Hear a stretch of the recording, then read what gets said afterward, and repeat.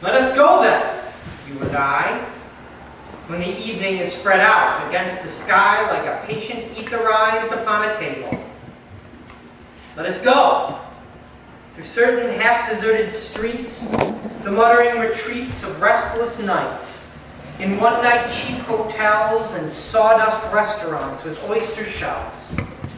Streets that follow like a tedious argument of insidious intent, to lead us to an overwhelming question. Oh, do not ask, what is it?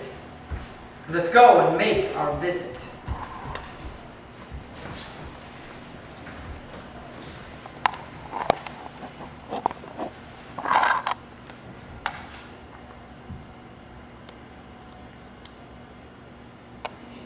In the room, the women come and go, talking of Michelangelo.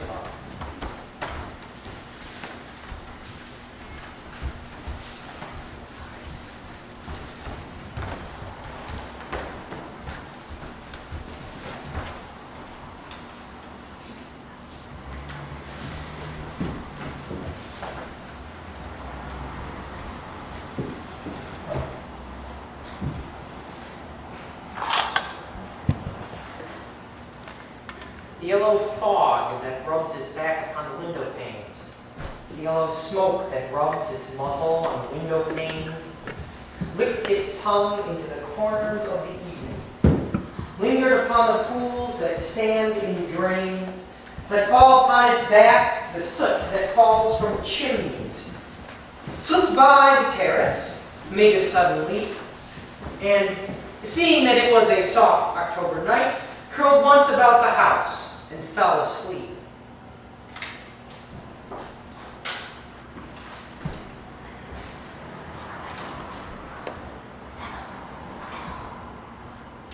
And indeed there will be time for the yellow smoke that slides upon the street, rubbing its back upon the window panes.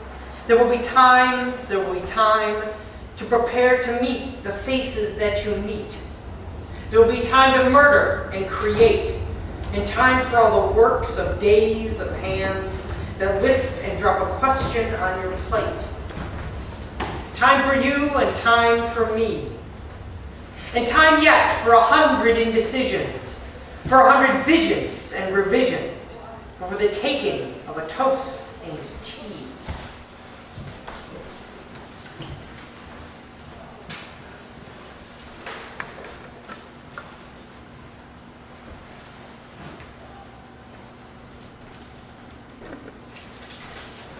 In the room, the women come and go, talking of Michelangelo. Nice. And indeed there will be time to wonder, do I dare and do I dare? Time to turn back and descend the stair, with a bald spot in the middle of my hair. They will say, how his hair is growing thin. My morning coat, my collar, mounted firmly to the chin, my necktie rich and modest, but asserted with a simple pin. They will say, but how his arms and legs are thin. Do I dare disturb the universe? In a minute there is time for decisions and revisions, which a minute will reverse.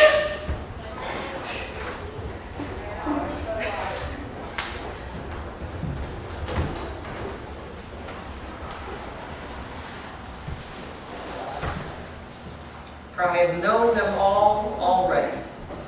Known them all. I've known the evenings, mornings, afternoons. I have measured out my time in coffee spoons. I know the voices dying with a dying fall beneath the music from a farther room. So how should I presume? And I have known the eyes already. Known them all. The eyes that fix you in a formulated phrase. And when I am formulated, sprawling on the pin, when I am pinned and wriggling on a wall, then how should I begin to spit out all the butt ends of my days and ways? And how should I presume? And I have known the arms already, known them all. Arms that are braceleted and white and bare, but in the lamplight down with a light brown hair. Is it perfume from a dress that makes me so digress? Arms that lie along a table or wrap around a shawl. And should I then presume? And how should I begin?